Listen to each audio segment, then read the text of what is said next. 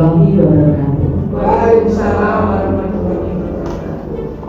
Yang terhormat Ketua K3S Gugus 04 Kecamatan Ngawi, yang kami hormati Bapak Ibu Kepala Sekolah di wilayah Gugus 04 Kecamatan Ngawi. Yang pertama adalah kita senantiasa mengucap puji syukur dan Tuhan Yang Maha Kuasa, karena pada pagi hari ini kita masih diberi kesempatan kenikmatan utamanya umat Tuhan untuk bisa bertemu di sini dalam kegiatan pelatihan strategi pengelolaan pembelajaran mendalam bagi kepala sekolah SD yang akan dibawakan oleh narasumber kita, yaitu Ibu Ani Surtianingsih. Selamat pagi, Assalamualaikum warahmatullahi wabarakatuh. Waalaikumsalam warahmatullahi wabarakatuh. Terima kasih. Pada pagi hari ini kita bersyukur atas rahmat yang boleh kita terima, sehingga pada kesempatan ini kita diizinkan, diberikan waktu dan kesempatan untuk kita bisa bersama-sama dalam kegiatan pembebasan latihan strategi pengelolaan pembelajaran mendalam bagi kepala sekolah SD yang akan disampaikan oleh Ibu Ani Surtianingsih MPD. Dan pada pagi hari ini secara khusus kita bersama-sama belajar bersama terkait dengan pembelajaran mendalam atau pengelolaan strategi pengelolaan pembelajaran mendalam bagi kepala sekolah SD, khususnya di Gugus 04 Kecamatan Ngawi, Kabupaten Ngawi. Perlu saya sampaikan bahwa materi yang akan disampaikan adalah sebagai berikut. Yang pertama, pola pikir bertumbuh dalam kepemimpinan kepala sekolah. Kemudian yang kedua, kerangka kerja pembelajaran mendalam. Materi yang ketiga, penyelarasan visi misi dan tujuan satuan pendidikan yang sesuai dengan pembelajaran mendalam. Kemudian materi keempat, kepemimpinan dan pengelolaan praktik pedagogis, kemitraan pembelajaran, penciptaan lingkungan belajar, dan pemanfaatan digital. Materi kelima, merancang proyek inovasi. Materi keenam, strategi dan penyusunan pengelolaan program pembelajaran mendalam. Pada kesempatan ini kita semuanya berharap agar materi-materi yang akan disampaikan oleh Bu Ani sebagai narasumber bisa bermanfaat untuk kita, khususnya kepala sekolah di Gugus 04, dan semoga nanti bisa menambah pemahaman pengetahuan kita terkait dengan pembelajaran mendalam yang menjadi prioritas program nasional. Bapak Ibu yang saya hormati, saya sampaikan terima kasih banyak untuk kita semuanya, keluarga besar Gugus 04 Kecamatan Ngawi, Kabupaten Ngawi, dan terima kasih juga untuk Bu Ani Surtianingsih yang saat ini akan membagikan pengetahuan dan praktik baik untuk kita, khususnya kepala sekolah di Gugus 04. Selanjutnya yaitu tiba saatnya Ibu narasumber Ibu Ani Surtianingsih untuk memaparkan materi tentang pelatihan strategi pengelolaan pembelajaran mendalam bagi kepala sekolah SD. Kepada Ibu Ani Surtianingsih kami persilakan. Assalamualaikum warahmatullahi wabarakatuh. Waalaikumsalam warahmatullahi wabarakatuh. Puji syukur kehadirat Allah Subhanahu wa Ta'ala yang telah melimpahkan rahmat dan hidayahnya sehingga Bapak Ibu kita semua bisa berkumpul di ruangan ini. Salawat kita salam kepada junjungan kita Nabi besar Muhammad Sallallahu Alaihi Wasallam yang selalu kita nantikan sapaannya di yaumul qiyamah. Allahumma amin. Yang telah saya dapatkan kemarin di Surabaya selama 5 hari. Di sana kami selama pelatihan itu dimulai pukul 8 pagi sampai setengah 9 malam. Jadi non-stop dengan LK-LK dan tugas-tugas yang bervariasi yang intinya itu agar pengelolaan kinerja sebagai kepala sekolah itu bisa lebih maksimal. Di antara 6 materi yang saya terima di sana, di sini saya akan menyampaikan satu materi tentang visi misi dan tujuan satuan pendidikan dengan pembelajaran mendalam. Nah, ini sebagai pengantarnya ya Bapak Ibu, tentunya Bapak Ibu yang sudah senior, berpengalaman lebih banyak dari saya, tentunya sudah merumuskan dan menetapkan arah sekolah itu bisa selaras dengan tantangan abad 21, bisa menciptakan koherensi antara dokumen dan praktik, memperkuat kepemilikan warga sekolah, mendorong inovasi pembelajaran, serta mengintegrasikan dimensi profil lulusan secara holistik. Nah, ini adalah tujuan pembelajarannya, Bapak Ibu. Salah satunya adalah dan tujuan satuan pendidikan dalam kerangka pembelajaran mendalam. Kemarin Bapak Ibu, kami yang mengikuti pelatihan itu dibekali untuk tidak menyalahkan visi, misi, dan tujuan dari lembaga manapun. Ya, semua visi-misi itu adalah benar dan baik sesuai dengan kondisi lembaga masing-masing. Nah, tapi mengapa penting Bapak Ibu? Tentunya Bapak Ibu sudah memahami ya, karena itu adalah arah dan dasar kebijakan satuan pendidikan. Jadi bukan hanya dokumen administratif pokoknya dari visi misi, bukan ya, tapi juga menjadi kompas hidup kebijakan satuan pendidikan. Karena visi misi dan tujuan nanti merupakan dasar untuk mengambil keputusan. Dan kita harus menerapkan strategi pembelajaran mendalam yang perlu diakomodasi dalam visi misi dari satu pengawas kita di nomor kedua di kemarin.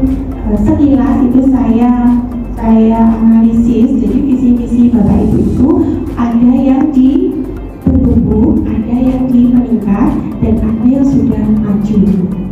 Untuk visi Bapak Ibu, kata kuncinya adalah gambaran ideal masa depan. Jadi itu dibangun bersama warga satuan pendidikan, terutama kepala sekolah, kemudian guru, wali murid, komite masing-masing. Tentunya tidak sama antara lembaga yang satu dan lembaga yang lainnya. Tidak hanya akademik ya Bapak Ibu, jadi tapi juga ada kualitas lulusan secara holistik. Visi-misi yang intinya sudah sesuai dengan kebutuhan masing-masing. Jadi tidak ada yang salah dalam visi-misi pendidikan. Hanya saja diharapkan nanti bisa lebih ke pembelajaran mendalam. Mungkin itu dari saya. Nanti Bapak Ibu mohon untuk menuliskan kesimpulan maupun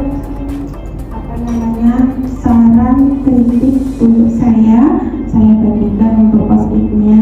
Moga Bapak Ibu bisa tuliskan di sesi kesimpulan, nanti bisa dibacakan.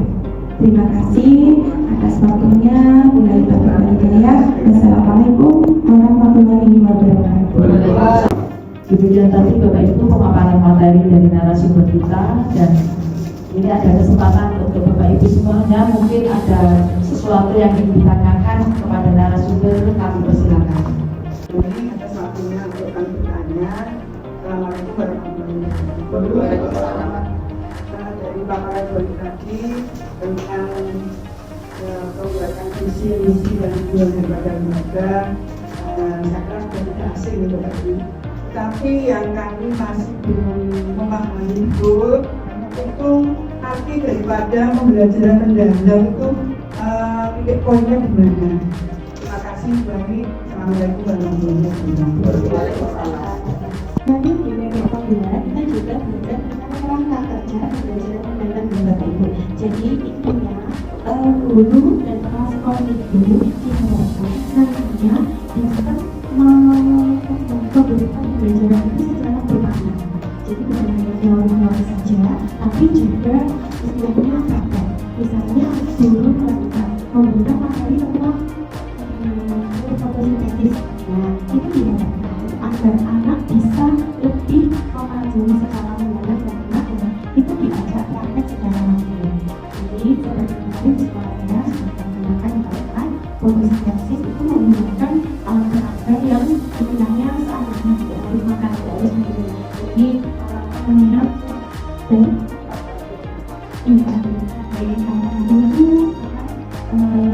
kap bekas es itu, kemudian ada daunnya, kemudian itu untuk lain yang warna kita mungkin beli bekas sabun, jadi seperti itu. Jadi nanti ketika disediakan beberapa saat, nanti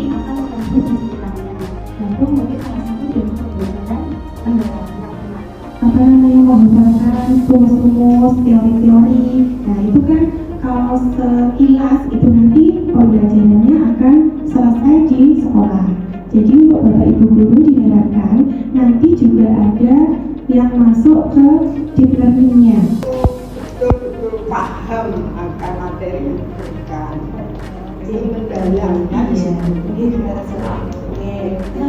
Jadi secara itu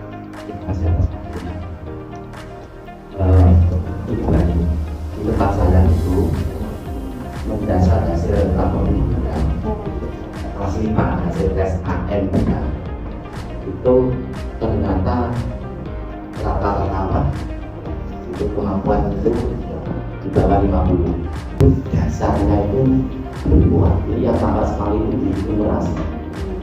Saya lihat dulunya pembelajaran mendalam belum menguasai betul bisa sekali karena apa lain kita itu nilai yang itu kurang kemudian saya untuk belajar PKN itu kelihatannya untuk ada anak-anak mungkin khusus untuk membuat kasus demokrasi termasuk sekolahan ya, itu juga mengalami penurunan. Dan itu progresnya itu bisa